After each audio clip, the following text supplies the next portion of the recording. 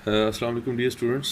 इससे पिछली वीडियो में मैंने आपको बताया था कि एनालिटिक फंक्शंस क्या होते हैं और किस तरह से हम चेक कर सकते हैं by using CR equations and continuity कि कोई फंक्शन एनालिटिक है या नहीं है। इस वीडियो में मैं आपको बताऊंगा कि हार्मोनिक फंक्शंस क्या होते हैं और किस तरह से हम चेक कर सकते हैं कि कोई फंक्शन हार्मोनिक है या नहीं है, और फिर ये मैं बताऊँगा कि हार्मोनिक कॉन्जुगेट्स क्या होते हैं और उनको कैसे फाइंड आउट किया जा सकता है। तो सबसे पहले हम आते हैं हार्मोनिक फंक्शंस की तरफ। सपोज हमारे पास एक फंक्शन फाई है, ठीक है, वो दो वेरिएबल्स का फंक्शन है एक्स और वाई का, ठीक है। अगर फाई के जो फर्स्ट और सेकंड ऑर्डर पार्शियल डेरिवेटिव्स हों, यानी फाई एक्स फाई वाई, ठीक है, ये मैं यहाँ पे लिख देता हूँ, phi x phi y phi double x phi double y, यानी उसके फर्स्ट और सेकंड ऑर्डर जो डेरिवेटिव्स हैं पार्शियल वो कॉन्टीन्यूस हों, ठीक है, और किसी भी डोमेन डी में, ठीक है, और वो लैप्लास इक्वेशन भी सेटिस्फाई करे, तो हम कहते हैं कि ये फंक्शन जो है ये हमारे पास हार्मोनिक है। और लैप्लास इक्वेशन हमारे पास ये है कि हमारे पास जो भी फंक्शन जिसको हमने देखना है वो हार्मोनिक है या नहीं, उसके डबल डेरिवेटिव लें एक्स के लिहाज से, प्लस फिर उसी के डबल डेरिवेटिव लें वाई के लिहाज से पार्शियल, और उन दोनों का जो सम है वो क्या होना चाहिए, ज़ीरो होना चाहिए। इसके अलावा हमारे पास एक थ्योरम है कि अगर हमारे पास एक फंक्शन है f of z is equal to u x y plus iota v of x y, ठीक है, अगर वो फंक्शन एनालिटिक होगा किसी डोमेन पर, तो इसके जो रियल और इमेजिनरी पार्ट्स के फंक्शन हैं यू और वी जो है वो हार्मोनिक होंगे उसी डोमेन डी में। यानी अगर एफ ऑफ जी खुद एनालिटिक हुआ तो उसके यू और वी जो होंगे वो क्या होंगे, हार्मोनिक हो जाएंगे। तो पहले मैं एक एग्जांपल लेता हूँ, उस एग्जांपल में हम देखते हैं कि किस तरह से हम प्रूव कर सकते हैं कि कोई फंक्शन हार्मोनिक है या नहीं है। सपोज ये यू एफ एक्स हमें गिवन है, x square minus y given है। इसका यू एक्स कैलकुलेट करते हैं, तो यू एक्स जो है वो हमारे पास क्या आएगा, पार्शियल और partial x square minus y, ठीक है। इसका जब डेरिवेटिव लेंगे तो हमारे पास ये जो वाई की टर्म्स है ये कांस्टेंट आ जाएंगी, तो हमारे पास क्या आ जाएगा, 2x आ जाएगा। तो यू एक्स हमारे पास आ गया। इसी तरह हम जो है यू वाई कैलकुलेट करेंगे। जब यू वाई कैलकुलेट कर रहे होंगे तो जो टर्म्स वाई की होंगी वो वेरिएबल होंगी और बाकी सारी कांस्टेंट कंसिडर होंगी। ये कांस्टेंट कंसिडर हो जाएगा और यहाँ पे हमारे पास क्या आएगा, -2y -1। इसी तरह फिर यू एक्स एक्स कैलकुलेट करें। यू एक्स एक्स कैलकुलेट करने के लिए यू एक्स का एक दफ़ा और डेरिवेटिव लेना पड़ेगा with respect to x, partial derivative, तो यू एक्स एक्स जो है हमारे पास 2 आ जाएगा। इसी तरह यू वाई वाई के लिए जो है जब हम पार्शियल डेरिवेटिव लेंगे तो ये -2 आएगा और ये 0 होकर -2 आ जाएगा। तो अब हमने ये देखना है क्या u x x plus u y y जो है वो 0 है।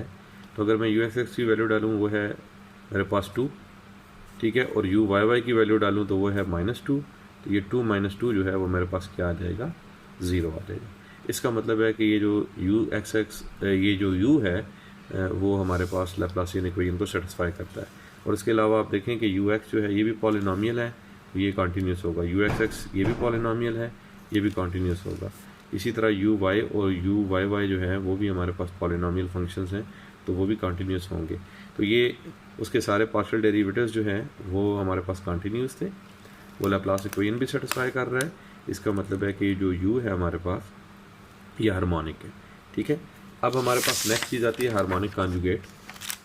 सपोज हमें एक फंक्शन जो है, जो कम्प्लेक्स फंक्शन एफ ऑफ जी जो है वो सपोज हमारे पास इस फॉर्म का है। एफ ऑफ जी जो है वो हमारे पास है u x y plus iota v y, ठीक है। अगर सपोज हमें यू गिवन है और यू जो है वो हार्मोनिक फंक्शन है, ठीक है, तो हम उसके जो काउंटर पार्ट है वी ऑफ एक्स वाई वो हम फाइंड आउट कर सकते हैं या कंस्ट्रक्ट कर सकते हैं।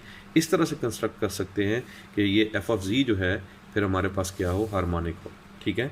तो उसके लिए हम फिर सी आर इक्वेशंस का जो है वो यूज़ करते हैं और थ्योरम का यूज़ करते हैं कि अगर कोई फंक्शन जो है एनालिटिक होगा तो वो हार्मोनिक होगा। तो u जो है वो हार्मोनिक है, तो हम v को हार्मोनिक कॉन्जुगेट बनाने के लिए या फाइंड आउट करने के लिए हम ऐसे कंस्ट्रक्ट करते हैं कि वो बाय डिफ़ॉल्ट जो है वो सी आर इक्वेशंस को सेटिस्फाई करवाए। मीन्स हम ज़बरदस्ती उसको सी आर इक्वेशन सेटिस्फाई करवाते हैं, तो उससे जो हमें v मिलता है वो ऑटोमेटिकली क्या होता है, वो एनालिटिक होता है। और उसकी वजह से फिर क्या होता है, u तो ऑलरेडी एनालिटिक और हार्मोनिक था, तो v भी जब हमें ऐसे मिलता है तो उसका मतलब है एफ ऑफ जी को जो है वो एनालिटिक या हार्मोनिक हो जाता है, वो हमारे पास हार्मोनिक फंक्शन बन जाता है। अब u वो वही ले लेता हूँ जो अभी मैंने किया था, जिसको प्रूव किया था कि वो हार्मोनिक है, ठीक है। उसके डेरिवेटिव्स भी मैंने कैलकुलेट किए थे। यू एक्स 2x आया था, यू वाई जो है वो -2y -1 आया था, ठीक है। अब मैं सी आर इक्वेशंस यूज़ करूँगा। सी आर इक्वेशन इससे पिछली वीडियो में मैं एक्सप्लेन कर चुका हूँ कि सी आर इक्वेशंस क्या हैं और उनका क्या ताल्लुक़ है किसी फंक्शन के एनालिटिक होने या ना होने से। तो सी आर इक्वेशन में क्या होते हैं कि u का जो पार्शियल डेरिवेटिव है विद रिस्पेक्ट टू x वो होना चाहिए वी वाई के इक्वल।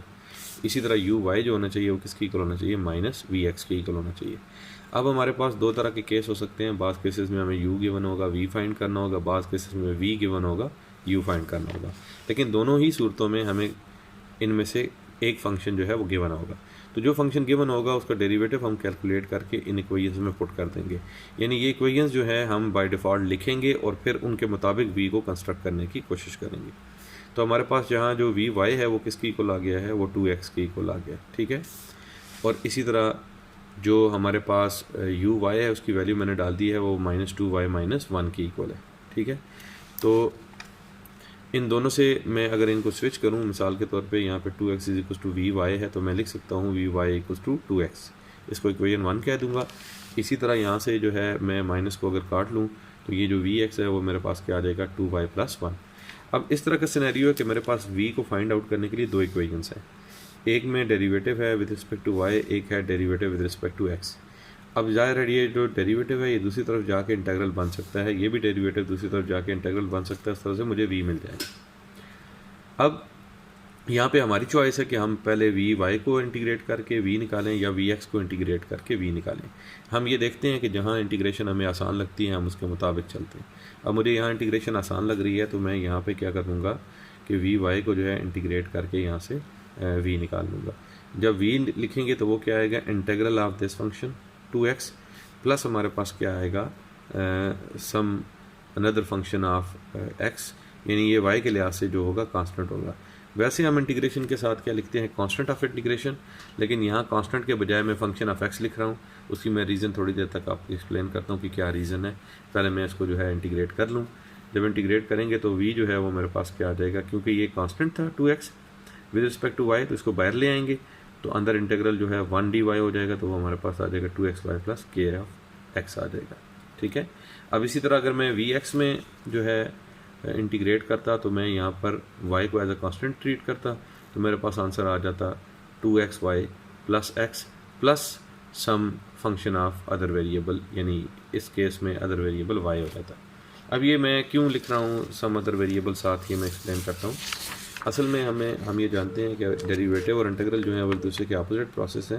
मिसाल के तौर पे अगर मेरे पास है y = x² + √13, ठीक है, तो जो y प्राइम है वो मेरे पास आएगा 2x। लेकिन इसी तरह अगर मैं y लिख लूँ y = x² + 19, तो उसका भी जो y प्राइम आएगा वो मेरे पास क्या आएगा, 2x। अब प्रॉब्लम तब आता है जब मैं इसको रिवर्स प्रोसेस करता हूँ, यानी अगर मुझे सिर्फ ये गिवन है y = 2x और मैं रिवर्स प्रोसेस पे इस पे y फाइंड करना चाहता हूँ, तो ये जो y आएगा वो आएगा इंटीग्रल ऑफ 2x dx। और अगर मैं इसके साथ कुछ ना लिखूँ तो ये y = क्या आएगा, 2x²/2, यानी y क्या आ जाएगा हमारे पास, x²। अब मसला ये है कि हमें ये समझ नहीं आ रही कि ये जो हमने रिवर्स लिया है ये इस फंक्शन का रिवर्स लिया है या इस फंक्शन का रिवर्स लिया है। ऑब्वियसली बहुत सारी ऐसी वैल्यूज साथ हो सकती हैं कांस्टेंट की जिनका डेरिवेटिव लेते हुए वो वैल्यू 0 होगी। मींस ये ऐसे सिपाही हैं जो जंग में गुमनामी की मौत मारे गए हैं। हमें उनकी आइडेंटिटी का नहीं पता, लेकिन हमें ये है कि वो वहाँ पर मौजूद हो सकते हैं। तो जब इंटीग्रल का प्रोसेस हम करते हैं, रिवर्स प्रोसेस करते हैं, तो हमें नहीं पता होता कि ये √13 था असल में या 19 था जो डेरिवेटिव होके 0 हो गया। तो उन सिपाहियों की यादगार में जो है हम क्या करते हैं, एक इसके साथ लिख लेते हैं सम कांस्टेंट।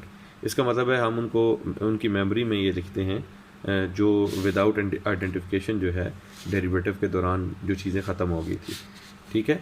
और इस तरह यहाँ पे भी c आएगा और इस तरह यहाँ पे भी c आएगा। फर्दर अगर एक्सक्यूज़ मी, अगर हमें कोई इनिशियल कंडीशन गिवन है तो उस इनिशियल कंडीशन को यूज़ करते हुए हम स्पेसिफिकली आइडेंटिफाई कर सकते हैं कि वो आंसर जो है वो इनमें से कौन सा कांस्टेंट था या कोई और कांस्टेंट था। ये तो सिनेरियो है जब हमारे पास y फंक्शन है x का।